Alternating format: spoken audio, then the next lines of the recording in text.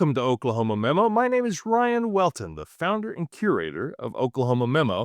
It's your daily local news recap newsletter that hits your inbox every Monday through Friday at 7 a.m. What I do is I gather up the local news from vetted newsrooms across the state and I put it together in just one place. If I could compare it to anything, it's like what Sports Center is to sports.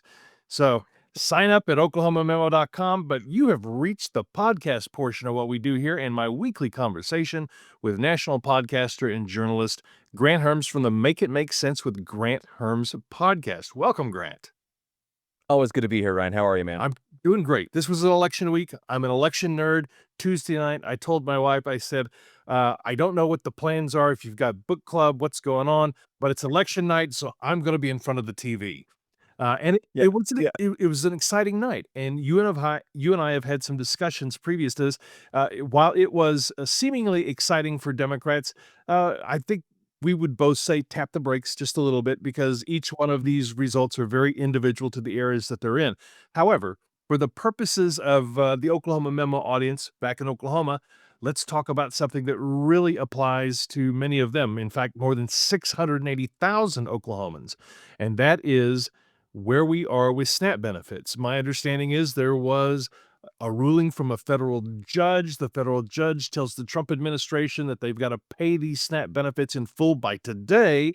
And my question to you would be, does the judge have an army to make this happen? Is he really, does he have force of law here? Yeah, he does. But I want to back up and explain some of this a little bit. So last week, this judge in Rhode Island and another judge in Massachusetts gave the White House until Monday to decide whether or not they were going to fund or not fully fund SNAP in some way. The judge in Rhode Island said, fund it however you want. The judge in Massachusetts said, you got to tell me which one it is. And the White House landed on a partial payment for SNAP, a 50%, which is somewhere in the neighborhood of $3 to $4.5 billion to get it just through the next month. And the rest was going to be on the states. And starters, states do not have the money to do that right now. The wealthiest states in the country have said they don't have the money to pick up this tab, even half of the tab for SNAP benefits. It's just not there. That's how big of a deal SNAP is. And I guess also for people who don't know what SNAP is, it's the Supplemental Nutritional Assistance Program. We would call it food stamps 30 years ago, but it's called SNAP now. So that's what that is. In the intervening week, after the White House said, hey, we're going to halfway fund SNAP, Trump then went out on Truth Social, but then in other places, and said he was actually going to make the states pay 35%, and then was like, never mind, we're not going to fund SNAP until after the government shutdown was over, to try to use this as a bargaining chip to force Democrats to capitulate. This judge this week, yesterday, on Thursday, was like, actually, that's a full disregard of what my order was. And so now, instead of me giving you the opportunity to decide and work with the states on how you want to do this, I'm just going to tell you how to fully fund SNAP. And that's kind of important for a couple reasons. The question you asked about, like, can the judge enforce this? But, like, first of all, is there money there to do that is the big question. The emergency fund for the USDA, the Department of Ag, only has about $6 billion in this contingency fund, money that is set aside as a multi-year budget for this exact kind of a situation because SNAP is an essential service and by law cannot be halted like this. It costs about $9 billion to fund SNAP for a full month, which feels like a lot of money in the scheme of our overall general fund, which is in the trillions. It's not that much money, but it's still like a lot of money to you and me. So if there's only $6 billion, we're missing $3 billion, and this judge can order that the government fund SNAP fully for the next month, and it's just like, you had to figure out where the money comes from then. There's a general fund, there are emergency funds, you can authorize and move things around. The White House has been willing to do that for other agencies and departments for less essential operations, including things like ICE in Chicago. You would see a big paring down of ICE agents in these operations normally during a government shutdown, especially the ones that are happening domestically in places like Chicago right now, in any other year. So then let's get to your question. Can the judge just order this? And will the White House say, you and what army? Likely, they're going to try, but the judge does have the ability to haul people in and hold them in contempt. And if he can't go to the president, because likely, I mean, there are all sorts of rules that you can't actually do that to a sitting president. They're not laws, there are rules, but like he's not going to do that. Uh, he could go as high as Brooke Rollins, the Secretary of Agriculture. He could start with lower level DOJ lawyers who are arguing for the government's position right now in front of him in fully defying a court order. And it might not be their fault, but they're an extension of what the White House is doing. And this judge absolutely could hold them in contempt and put them in jail. And that's a whole other ball of wax we're talking about then. But there are options here for this judge to enforce their ruling. And we'll see what happens by today if the White House is going to do this. I don't think they are. I think they're going to try to appeal this, and it's going to go probably as high as they can get it to go in the next week and a half. I mean, the Supreme Court has locked in some pretty big cases right now that they might not have time on their docket for like an emergency case like this, but like this will get appealed.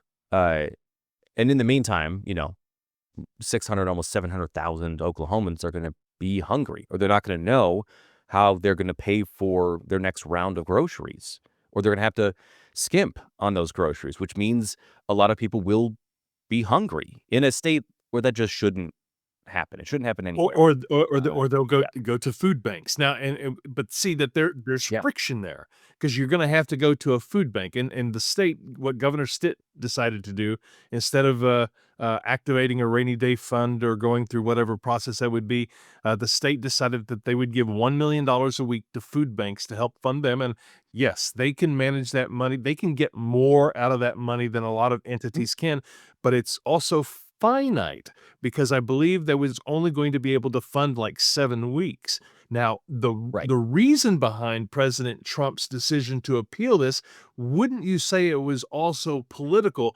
because this is his leverage against the Democrats? Right. It's entirely political here because the actual reason that like the judge is ordering this is not about the money itself here. It's not about how much money is there, how much money isn't there, how this money is getting spent. It's that the executive branch, the White House, Donald Trump, has to spend this money on SNAP because it is mandated by Congress, by law. And in the Constitution, the president has to carry out the spending of Congress. There are certain things they call impoundments or whatever, but and we don't have to get into that now. That's kind of complicated constitutional law stuff here, which the White House would love to engage in. They have not really yet. But in its most basic form, Congress outranks the president, technically, in the Constitution. It's first, it's Article 1. And it means that what Congress says is law and the president is just kind of the manager. He's the executive, the CEO, if you want to think of it like a business, and is carrying out the decisions of the board, Congress. Um, so in Trump doing this, he is actively eschewing that responsibility he has in the Constitution for a purely political moment, trying to more or less extort the Democrats into ending a shutdown by giving in on their big ask right now, which is extending healthcare subsidies. Those have passed. Those passed on Saturday, this past weekend. So those subsidies ran out. And that means like we are going to see a giant fluctuation in all of our healthcare prices. People who are on Obamacare and Medicaid, Medicare subsidies are going to see massive fluctuations in what they're paying, double, triple. We've talked about this before. But it really is the president using this as a way to try to get some kind of political leverage against the Democrats. Uh, and like, it's gross. Like, we're talking about hungry people, hungry kids, uh, people who are, most of them, the broad majority of them are working poor. They are taking care of somebody at home where they have a health condition that doesn't let them work. The vast majority, we're talking upper 80s into the 90% of people on SNAP who are fit into that category. So these aren't people who are sitting at home trying to cash a check to buy lobsters and steak. That's just not the vast majority of people who use this thing. And in the meantime, everybody else is going to go hungry because the president wants to use this as a way to get Democrats to do what he wants. It, it's it is also not a thing I want to say too in the polls. Americans know this. Uh, they are really sensing that the president is using this stuff this way. Uh, I haven't seen the latest polls about what the White House is deciding to do about air travel, because that's also happening. We can talk about that too in a second if you want. But I want to wrap up on Snap before we do. It's just American people know that this is how this White House is going to operate, and they don't care for it. More Americans still blame Republicans and Donald Trump for this shutdown than Democrats. We saw the results of some of that in the elections this past week and in the way that people are feeling. And we'll see how long the president can decide to do this, or more aptly, how long the Senate and members of the House are willing to let him play this game, because he is a lame duck president. Third term nonsense aside, he cannot be president again, so he doesn't actually have any political constraints. Everybody in the Senate and the House, they got to run for office again, whether it's this year in the Senate or 4 years from now in the Senate. They got to run, and this will be an albatross around their necks that's going to bring them down, especially if you're somebody in the House who's got to run in the next year, for sure. I have my favorite caller, Grant, spam risk. Oh, Let me turn off my phone there. Just a little flavor for those of you listening at home. That was the president. Just to expand upon that, we heard from Mark Wayne Mullen, Senator Mark Wayne Mullen. He had an interview both with Alex Cameron at Griffin Media and Caitlin Collins, and they both the guts of the interviews were basically the same. Mullen said that he had talked to people in the Senate and that the Democrats' plan all along was to wait for the elections to be done, and then they decided they would come back, and it was all sort of planned, and then that didn't happen. Why is there any reason? I've had lots of discussions with people about this. The Democrats are doing this for a righteous reason, in my opinion. They want to make sure that healthcare is both accessible and affordable. Do they have any reason to capitulate at this point? No, and it's certainly not after the elections this week. And while yes, and we're going to talk about that in a second too, but yes, some of those things are localized, they are individual to those states and to those cities, but everybody was sort of waiting to see how this little mini midterm amuse bouche sort of, I think I call it like an appetizer sampler of what we might get in the midterms. Everybody was kind of waiting to see where people were going to fall in these states, and then recalibrate from there. And Democrats feel very strong. They're on firm footing, to feel that way after this election or these sets of elections. And Republicans had that, plus they had to wait for Trump's reaction. And he's been sort of non-committal, weirdly, these were trouncings in these elections. And so if he can't turn a loss into a win, he's just going to kind of ghost through it like it didn't happen. And so I think that gets them to the Republicans, it gets them to a certain place in which they realize that they might kind of be on their own when it comes to ending the shutdown. On top of that, the president has continued to call for an end to the filibuster, which both Speaker of the House Mike Johnson and John Thune, the Senate Majority Leader for Republicans, just do not want to do. They both publicly said that this week. Thune has said it multiple times. They want to keep this 60-vote threshold to not end the filibuster, basically, is how this works in the Senate. And I can go into a quick civics thing about the filibuster if you want me to, but they don't want to end that because they want to keep it as a tool to force debate, which is the idea behind it in general. And there's a vote today in the Senate. That's going to happen later this afternoon as we're talking here at about 10 a.m. my time, 9 a.m. Oklahoma time. We'll see what happens with that. There could be real inroads to that. But Earlier this, they are statesmen. They understand the role of the Senate versus the House. And you mentioned President Trump being a lame duck president. Yes, technically, and there's not going to be a third term. Mike Johnson, I mean, the Constitution says it's not going to happen, but he's really a lame duck right now that the 2026 midterm campaigns are going to be underway, because a lot of these folks are going to be fighting for their political lives. They really are. And I think getting out of this shutdown now before, if they can, before the holiday travel season starts and before holiday shopping starts, the economy still isn't, I think, where the president pretends it is. By no means. It's as good as he thinks it is. But if they can get out of the shutdown, a lot of people will feel a little bit better about Republican governance, in at least in the short term over the holidays, which is what these Republicans want, especially the ones who are running for office in 2026. Uh, we'll see if they get that through. I mean, I'm sure there's a way that the president will turn that into a win for himself. Maybe in the guise, I mean, like if I, were to put on some sort of like political hack hat or whatever, it's sort of like one of these things where it's like you as Republicans say you're going to negotiate healthcare with the Democrats, whether or not that's true, whether or not the Democrats take their word for it, who knows?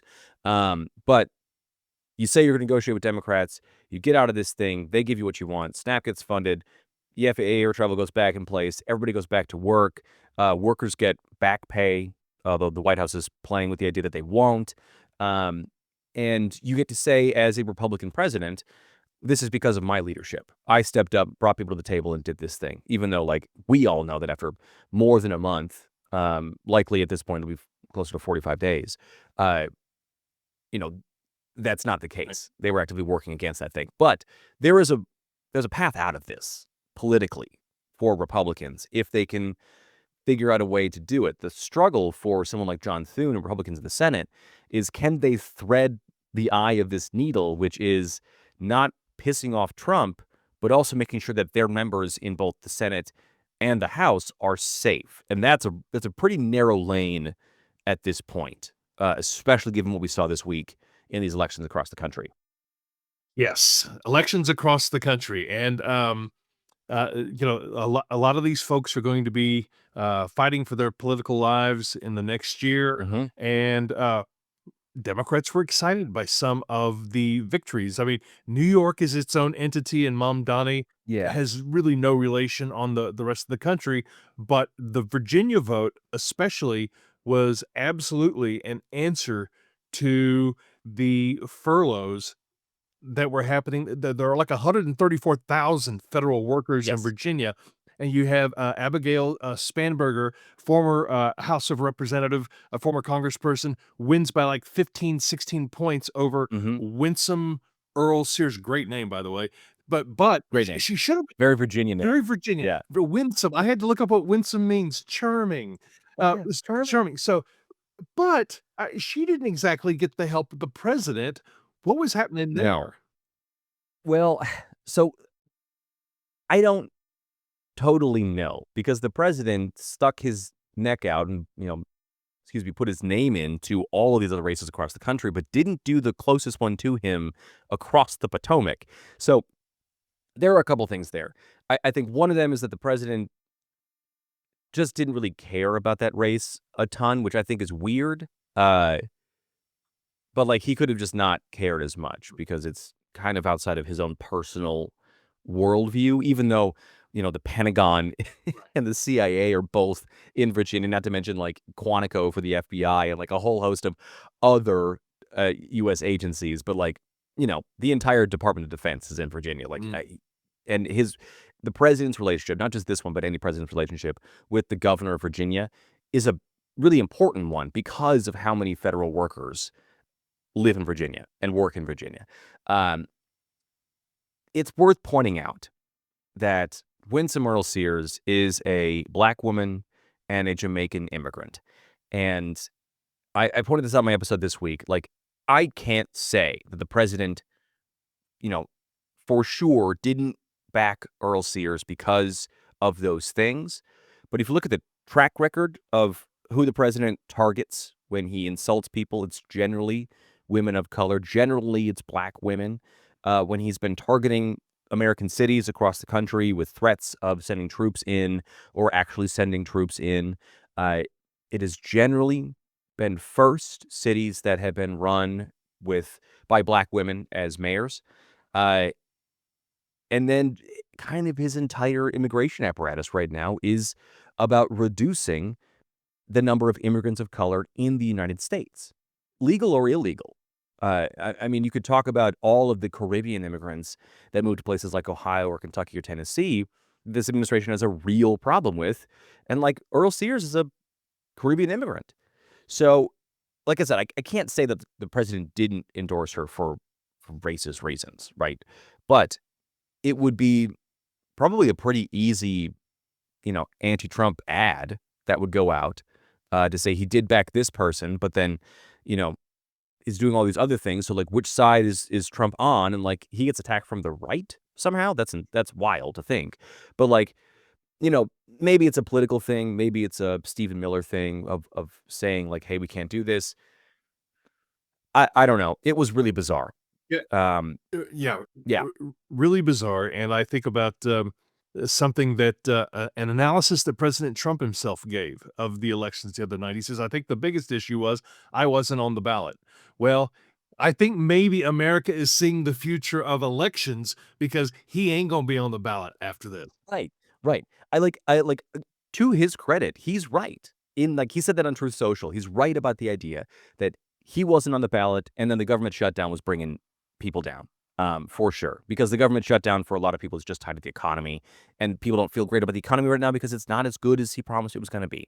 Um, but like, yeah, the interesting thing about Trump not being on the ballot, even when he's endorsed somebody, he's not on the ballot.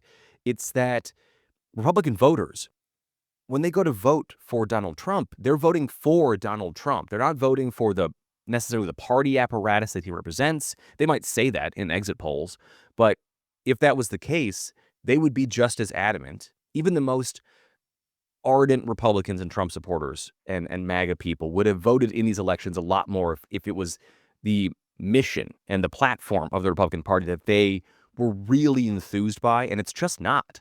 It is Donald Trump. He is the ideology of the party right now.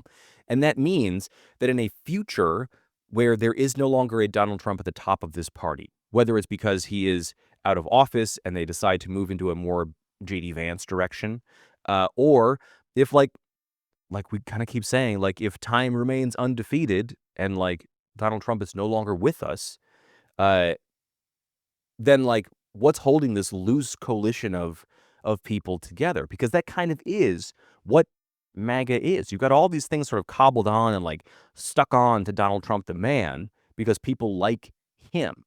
And that's pretty evident here. And if like I was in Republican circles, I would be wondering about how do we start to like shore up a little bit here for a post-Trump Republican Party.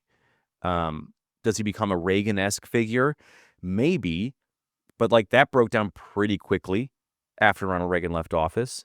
Uh, and while a lot of Republicans hung on to that and still kind of cling to that in certain places, it's not the majority of them anymore. But like that waned over time. And so how do they keep pressing forward with this thing? I don't know. But it's pretty clear that that's a conversation they're going to have to start having, and it's not one the president's going to want to be around for or want, people to talk about around him, but it's one that they're going to have to start having for sure. I don't want to be too cynical about it, but as I was watching the analysis, it seemed to me, and of course I've paid attention to these things, believe it or not, Grant, since I was like 6. So it just Me too. I was 42 when I was 6. It feels like that folks are only getting out to vote when the pain is high. And Yeah. it's almost like that the strategy for the Democrats would be for any party would be to make sure that things are just awful, and that they can blame the other side for it to get them out to vote. It's still Yeah. get out the vote. SNAP benefits, Yeah. that's impacting a lot of people, but so is air travel. And this week, we have I don't know, is it 10% reduction in air traffic volume? It's not impacting Yeah. Oklahoma City or Tulsa specifically yet, except for the fact that folks from Oklahoma City and Tulsa have to fly to a lot of these places. Right. If you got to fly from OKC or Tulsa to, let's say, Chicago, or you're going to fly to Love Field down in Dallas, or just DFW in general down there, uh, there is a decent chance at this point that the flight that you were going to connect with won't take off or will be massively delayed. It's 10% reduction at 40 of the largest airports in the country. And that is I mean, it's the busiest airports we have. It's LaGuardia, JFK, Dallas, Atlanta, O'Hare, Midway, LAX. Like it's almost any major one you can think of in almost every state is being impacted by this, and it's it is, I think, being accurately described as a pressure tactic from the White House against Democrats to like say, the Democrats forced us to do this, and it's their fault that this is happening to you, and you can't go see grandma and grandpa for Thanksgiving. The the interesting thing is that members of Congress are saying, hey, like who sit on committees that would get this information are saying, hey, the FAA nor the NTSB brought to us any indication that flying has become so unsafe that we need to do this reduction this time of year, which is going to blow a hole in a lot of these major air travel companies and their subsidiaries that are linked to how air travel works. So the economics of that are bad for a lot of places. But it is interesting that the FAA recently said, hey, we're starting to see signs of air traffic control strain, and air traffic control has not been in a good place for quite some time. That predates the shutdown and predates Donald Trump. But for for those reasons, it really does seem like this was just an arbitrary decision to make this as painful as possible from the administration. And again, Americans aren't stupid. They're going to see this and they're going to know that. I mean, I do want to say that Jennifer Homney, the head of the National Transportation Safety Board, who was first appointed by Trump in 2018 and then re-upped by Biden, so she's worked for both sides here. Although is much more of a Trump loyalist this time around, but I think kind of everybody in the government has to be so they don't lose their jobs. She said this is the right thing to do for safety. So I want to put that out there too. But again, like members of Congress are saying, hey, no one's talked to us about that because they designate money for things like air traffic control. So they have to figure those things out. Yeah, it just is another bargaining chip. And it could be because this shutdown's dragging out for longer than the Republicans thought it was going to. It could be because they think they're going to lose when it comes to SNAP, and healthcare is important to people. And so they're losing on that issue too. And people generally trust Democrats more on healthcare than Republicans. But yeah, Do you think at some point, because I've seen a couple of articles referring to the congressional GOP finally getting over MAGA and deciding to take their rightful place as the Article One, the leaders really of the three branches of government. Do you think that this might be the thing that makes that happen? I don't know. There are a lot of people out there saying that, you know, this is the moment in which, like, a full year into the presidency, people have seen how unpopular Trump's policies are. I mean, on every issue, from crime to inflation to prices to immigration, I the president's handling of those issues, so his policies are underwater by tens. I mean, he's below 30% in some of these cases. So I don't know if it's when we start to see sort of a schism. Um, they're dealing with their own internal fights right now that have nothing to do with whether or not they're going to break with Donald Trump. I think most of them on the ground are still too afraid of their own base voters, their own midterm voters who tend to be the most engaged and the most emotionally enthusiastic to vote because it's an off-year election, which is just say there's not a presidential ticket. Um, I think they're still trying to figure out how to find a way to stake their own claim while also bringing it back to MAGA. Because as long as Trump is the head of the party, he is going to remain the thing that people kind of get ensorcelled by, that they're getting it drawn into, get back into the thing. Trump will be campaigning during the midterms and those elections, or those campaigns, I should say. And he's good in front of a crowd. It's where he's at his best. And that will reanimate people. And so I don't know if a break is coming. I have no doubt that those conversations are happening about where you can stake your flag. Um, but yeah, I just don't think it's going to be the thing. These elections this time around won't be the thing.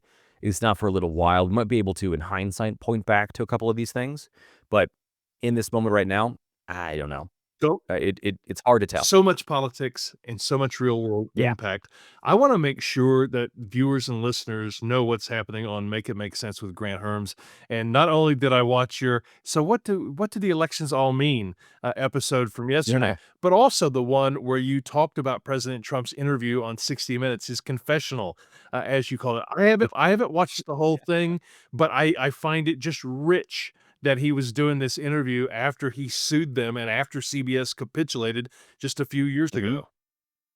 Yeah, it was really, really interesting. If you haven't gone back to watch it, like, you definitely should. 60 Minutes also put up the full interview that wasn't cut down for airtime because they only have 60 minutes. It's why it's called that. Right. And it was like a 27-minute interview, so it was in terms of, like, with commercials, that's more than half the show. Um, but the full one is about an hour and 15 minutes if you wanna sit that long and watch it. Um, and, like, for starters, the White House did not object to 60 Minutes editing down this interview to 27 minutes, which is what Trump sued 60 Minutes for over a Kamala Harris interview, basically saying that the thing that every newsroom does, that every journalist does during an interview, which is to distill what somebody is saying to make it the most concise version of the point they're trying to make for you, the audience. They said that that was beyond the pale in election interference, and any standard of the First Amendment, CBS and 60 Minutes and Paramount would have won that case in court pretty handily. Like, if they'd gone to court, the judge likely would have just thrown it out. But instead, Paramount was trying to do a merger with the company Skydance for lots of money and decided to settle so that they could get that merger to go through, which is its own version of this thing. But, like, in this interview, you got a lot about Trump talking about the shutdown, Trump talking about prices. He continues to say that the prices are as low as they've ever been, which is just not true. Grocery prices right now are at a 30-year high. The only thing that actually has gone down in price since he's been president is the price of eggs, which I guess was a promise that he made in the election. It's just everything else is getting more expensive. Yes, inflation is down from the 9% that we saw in 2022 under Biden, which was a product of the, like, global economy recovering from the pandemic. But prices were or inflation was lower when Trump took office, and it's been creeping back up since, since about April. So we're above where normal is. We're at 3%, normally it's at 2%. I know it's kind of tricky and rickety or whatever, but, like, yeah. Uh, the really important ones, I think, were the ones about the pardon that he issued to a cryptocurrency CEO who pled guilty to $4 billion of essentially money laundering. And he did it for Hamas, he did it for Al Qaeda, he did it for other terror groups, or allowed it to happen on his platform. And that was why he was convicted. And Trump pardons this guy and then tells Dora O'Donnell, the interviewer for 60 Minutes and the former anchor of CBS Evening News, that he didn't know who this guy was. And basically, it made it sound like his kids, his sons, who run the Trump family crypto business, wanted this guy to get a pardon because this guy helped them get $2 billion in crypto into their family fund, which Trump is not divested from. So it, like, that admission in itself would be a massive presidency-ending scandal for any other president in American history. Like, it was wild. It's wild. So it was And kind then of I like think a the other big ones. confessional. Yeah, I mean, it really was. And then, like, the stuff about what he's seeing on the ground in Chicago from ICE agents, where you've got, you know, ICE agents ramming cars of U.S. citizens because they didn't like the way they were holding their steering wheel or whatever, which is Bovin, the guy who is running ICE in Chicago right now, has made that distinction about why he can pull someone over. To smashing windows, to dragging kids out of apartment complexes who are barely clothed or not clothed at all and zip tying them. And Trump was asked if that's going too far. And he said, I don't think it's going far enough. And that was an interesting little confessional, too, about the, I don't know what the president thinks he wants done, but it's more than that. Um, and that is what's been happening in Chicago. Whether you agree or disagree with the president's ideas of immigration, most people are saying that they don't like how that's being handled. Most people like the idea of removing undocumented immigrants from the country, but they don't like this version of that. Uh, and so that was interesting. And then he continues to say that he's got the ability to send troops wherever he wants under the Insurrection Act, and kind of asked the American people to thank him for not sending Marines into your neighborhood, which was weird. And so it's a confessional in the idea that, like, he could literally confesses to pardoning this guy that he has no idea about. But also that we get a peek behind the curtain about how the president is thinking about these things, how he's being advised about these things. Uh, and like it still matters that these interviews exist. It still matters that something like 60 Minutes still exists, because you get space and time for people like Donald Trump to expound a little bit on their ideas beyond the pretty canned Oval Office, speeches and ceremonies and those things. So it was a really, really interesting interview. And like, I don't know, if you're bored this weekend, listen to the episode from Tuesday on Make It Make Sense, and then go listen to the 60 Minutes interview, because like it's good. Those are must listens for me every week. Make it make sense with Grant Herms for sure. I will tell you, I think that eventually, I mean, and I thought this in 2020, that people are going to be sick and tired of chaos, and just it is an energy drain. It doesn't it really I mean, I get how Reagan invigorated some folks on the right, but even folks on the right have to buy food and have to travel. But the question is always in political campaigns, will it get people out to vote? And that's what 2026 is gonna be all about. And chaos was animating in 2020. I mean, the reason that Biden really won that election in 2020 was because he was uh, not chaotic. It was that whole campaign was about a return to normalcy, and like, yes, we were coming, you know, through a pandemic at that point in time, and so normalcy was out the window for everybody.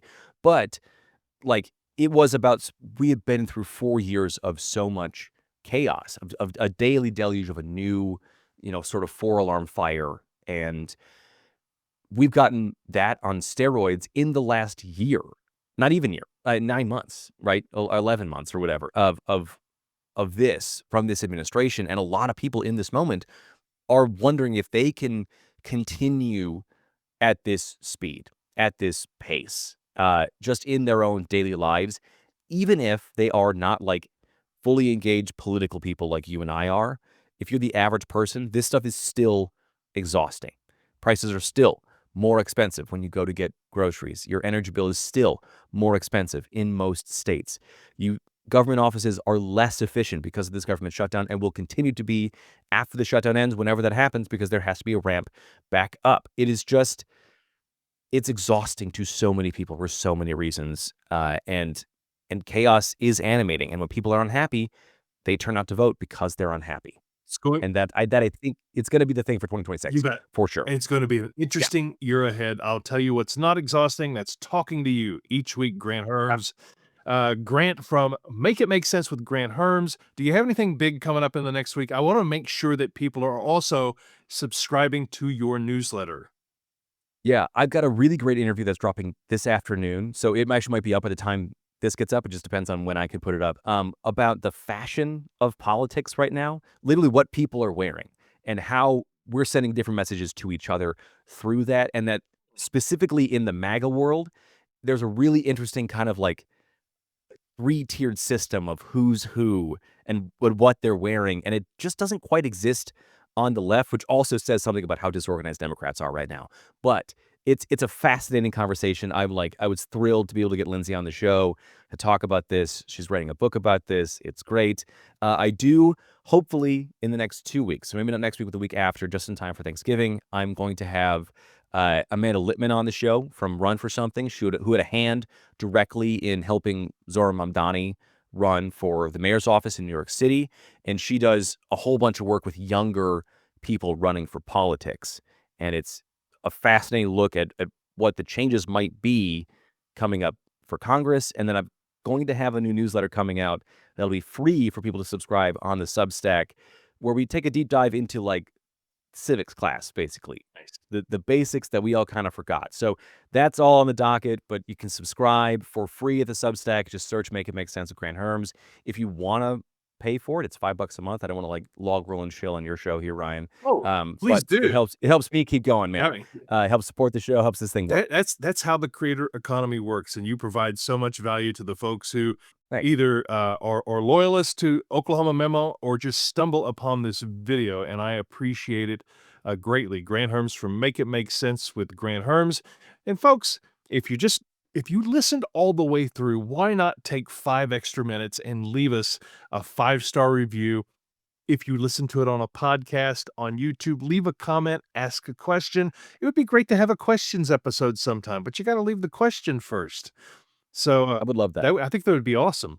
So for me, I'm Ryan with Oklahoma Memo. Sign up for the daily newsletter at oklahomamemo.com. And Grant Herms of Make It Make Sense with Grant Herms. We will talk to you next week.